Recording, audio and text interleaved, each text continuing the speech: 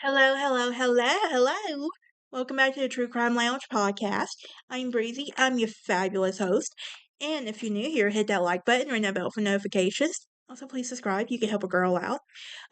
Today we are going to be finishing up with our Jean Harlow series in the Untold Jean Harlow, part of our old Hollywood crime series. Now, you're probably wondering, why am I talking about Jean Harlow?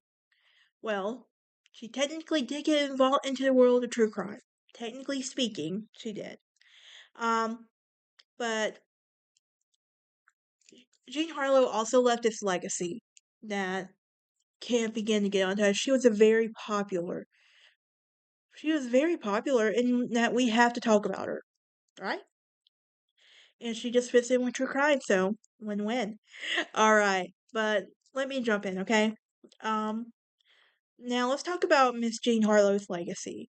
Now, according to Camilla Paglia, the notion that blondes have been more fun was started in Hollywood by Harlow, and she also noted that the woman who really started all of this in Hollywood was the platinum blonde. The platinum blonde look was so incredibly unnatural. With her, it was associated with her being a harlot, also often mimicking her being a slouchy louche, looking for someone whose machine was pleasure.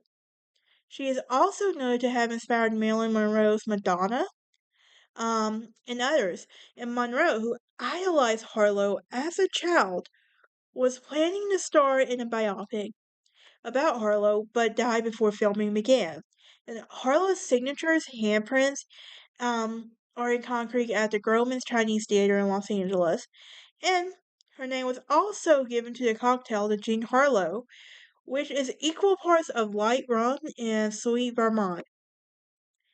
Now, musician, um, Lee Belly wrote the song Jean Harlow while in prison after hearing about her death, and the French composer Charles Gauchelin were composed in the piece Epitaph de Jean Harlow. And on February 8, 1960, Jean Harlow was given a star on the Hollywood Walk of Fame. I personally want to see some of these if I ever go to Hollywood. Also, Kim Carnes' hit Bet Davis' Eyes contains her hair as Harlow gold. Now, Harlow's signature hands imprint prints are imprinted on the cement, as I said, at the Chinese Theater, which is located near the forecourt on the west side of the box office, in Hollywood. There is a Hollywood. Now, there is a novel to that is titled Today is Tonight, and it is by Arthur Landau, whose introductions to the 1965 paperback Harlow stated around 1933 and 1934, and her intention was to write the book, but it was not published during her lifetime. And during her life, her stepfather, Marino Bello, shopped the unpublished manuscript to a few studios. Mayer, head of MGM, prevented the book from being sold and putting injunction on it, using the clause of her contract saying her services as an artist couldn't be used without MGM's permission. No film was made, and the publication rights was passed on to Harlow's mom, to a family friend who finally published it in 1965. In many film portrayals of her life was considered to be at this time during the 1950s, the 20th Century Fox slated Jane Mansfield for a role, and this idea of pictures across Cleo Moore to play Harlow was also tabled. These projects never materialized, and Marilyn Monroe was given the role for Harlow in 1953, but she declined it, feeling underdeveloped. In 1965, two films about Harlow was released. The first film was released by the Magna Carta Corporation, and the second film was released by Paramount Films in 1965 of June. In 1975, Roberta Collins played Harlow in the rhythm and blues hand in the pop musical Train Ride to Hollywood. In 1978, Lindsay Bloom portrayed her in Hughes and Harlow, Angels in Hell. In 1933, Sharon Stone hosted a documentary about Harlow's titled Harlow, the Blonde Bombshell, which aired on Turner Classic Movies. In 2004, Gwen Stefani um, appeared in Harlow at the red carpet premiere at the Hell's Angel in Martin Scorsese's Howard Hughes biopic, The Aviator. Now, I also really want to talk about Paul Bern real quick.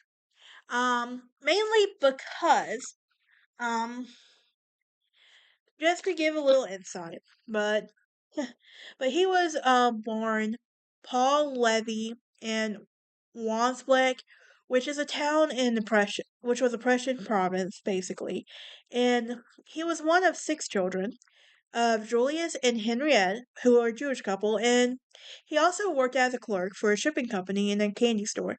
And in 1898, he decided to move his family to the U.S. due to the rise of unemployment and anti-attributes, Jewish attributes as well.